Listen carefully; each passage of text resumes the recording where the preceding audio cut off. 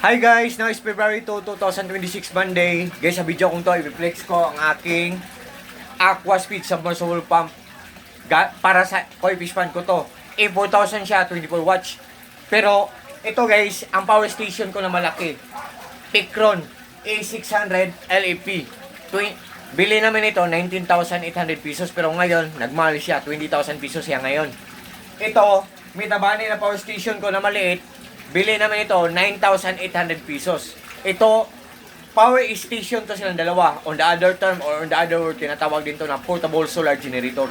Solar siya na generator. Yan. Kasi solar lang ang nagpapandar sa lahat ng mga appliances namin guys. So guys, ito 24 watts lang daw, sabi niya. So ito guys, oh, ito siya guys, oh. Nandito siya sa coil fish pan ko guys, oh. Yan. Ito ang mga pets ko guys. Nandito siya. Ito siya guys, oh. Oh. Yan. A4000.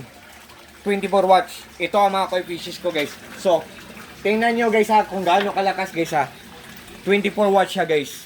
Pero tingnan natin kung totoo ba na 24 watts. Kasi malalaman ng power station ko kung 24 watts siya. So, without further ado guys, let's do it guys. What are we waiting for guys? Isaksak na natin guys. Dito sa malaki na power station ko guys, oh. Look at guys ha. For now, sa ngayon, 0 pa. Pero kung isaksak natin, kung 24 watts siya, sabi ng box kasi 24 watts siya, oh. Oh, 24 watts siya, oh. Yan. Tingnan natin kung totoo na 24 watts siya. 0, pag isaksak, 24 watts ba? Tingnan natin. Yan. Yan. 31 watts or 32 watts. O, 31 watts, guys. Sabi ng, power station ko, hindi siya 24 watts, 31 watts siya or 32 watts siya. Oh. Yan. Kasi nalalaman ko talaga o namomonitor ko guys. So, dito na naman sa maliit ko na power station. Tingnan natin kung 30 watts ba siya or 31 ba siya or 32 watts ba siya. Tingnan natin guys ha. Kasi malalaman ko talaga guys. Mamomonitor ko. Oh, tanggalin natin. Ilipat natin guys. Ilipat natin dito. Wait guys ha. 0 ngayon guys ha. 0. Pag isaksak natin kung 24 watts ba, kung 24 watts, totoo ang sinasabi ng box, oh. Okay, without further ado guys, let's do it guys, saksak natin. Yan. Op, ang sabi ng maliit na power station ko, Thunderbox, 27 watts lang siya. Dito, 31 watts daw siya sa malaki. Dito sa maliit, 27 watts lang daw siya. Oh, tingnan natin guys, kung gaano siya kalakas guys. Oh, ito po ang koi fish pan ko, ito po ang mga pets ko. Yan guys. Oh. Yan guys, oh. Yan.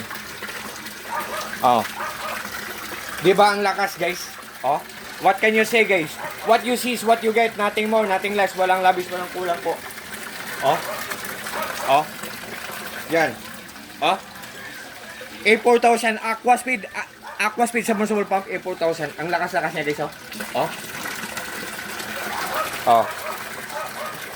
So, sa lahat po ng mga fish keepers dyan, guys, kung naghahanap po kayo ng submersible pump, ayok, maniwala kayo sa product na nire-recommend ko. Galing to sa Mamonite Fish Trading Shop. Ang lakas-lakas, guys. Ang mura-mura lang niya, ang good pa ng quality niya. Tapos yun, maglalast lang talaga to siya, ang lakas-lakas niya. Tapos matipilan siyang kumain ng kuryente. Meron kami solar power system set up, guys. Wala kami binabayaran na kuryente every month. Zero electric bill kami every month. Ayok, maniwala kayo guys. At may monitoring, nalalaman ko o namomonitor ko ang isang gadget matipid bang kumain ng kuryente or kung good ang kanyang quality. So, guys, ayok, maniwala kayo sa akin guys. So, Aquaspeed submersible pump guys, nandyan sa link ko. At ito po ang power station ko guys, oh. 19,800 pesos. Bili namin ito ngayon. 20,000 pesos na siya. So, God bless us all guys. Thank you so much.